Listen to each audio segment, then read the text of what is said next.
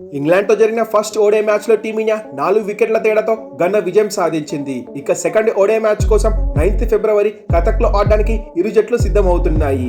And ఈ match అనేది series deciding match అన్నమాట.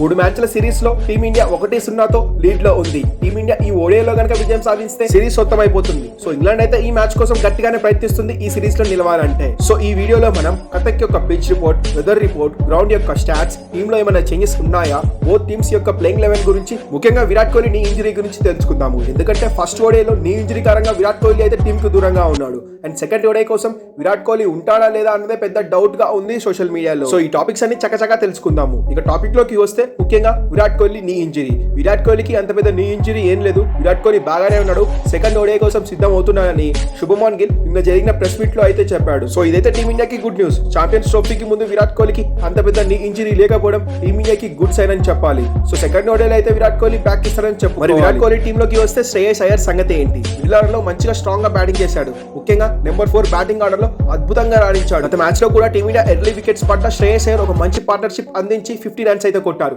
మరి ఎవరిని డ్రాప్ చేస్తారో అన్న విషయం పైన ఈ వీడియోలో ప్లేయింగ్ 11 లో అయితే తెలుసుకుందాము. అండ్ పిచ్ రిపోర్ట్ విషయానికి వస్తే ఈ కతక్ పిచ్ అనేది చాలా flat wicket. High scoring matches ఎన్నో చూసాము. అండ్ రీసెంట్ గా లాస్ట్ 3 మ్యాచెస్ లో 300 రన్స్ పైగా చూసాము. టాప్ ఆర్డర్ మంచిగా స్కోర్ చేయడానికి అవకాశం అయితే ఉంది. అండ్ బాల్ ఓల్డ్ అయ్యే కొద్దీ, మ్యాచ్ ప్రోగ్రెస్ అయ్యే కొద్దీ ఈ పిచ్ అనేది కొంచెం స్పిన్ కి అడ్వాంటేజ్ గా మారుతుంది. సో ఈ మ్యాచ్ లో స్పిన్నర్లకు అయితే మోస్ట్ అడ్వాంటేజ్ గా ఉండబోతుంది. అండ్ టీమిండియా కూడా ఈసారి 3 స్పిన్నర్లతో దిగే అవకాశం ఉంది ఈ మ్యాచ్ లో. అండ్ ఇప్పటి వరకు ఈ స్టేడియంలో మొత్తం 19 ఓడే ఇంటర్నేషనల్ మ్యాచెస్ అయితే జరిగాయి. అందులో బ్యాటింగ్ ఫస్ట్ చేసిన జట్టు 7 సార్లు విజయం సాధించగా, చేసింగ్ చేసిన జట్టు 12 సార్లు అయితే విజయం సాధించింది.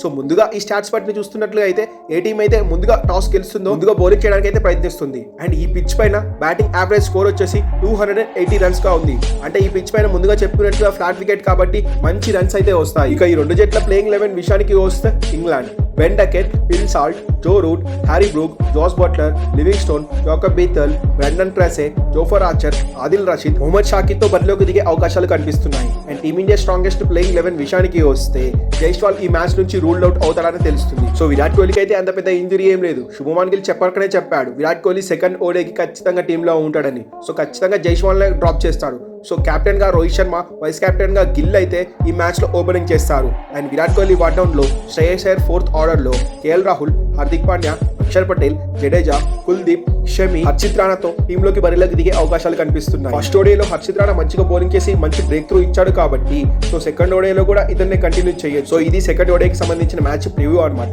ఇలాంటి ఇంట్రెస్టింగ్ క్రికెట్ అప్డేట్స్ కోసం మన క్రికెట్ రిలీజన్ ఛానల్ సబ్స్క్రైబ్ చేయడం మాత్రం మర్చిపోకండి. Thanks for watching our video.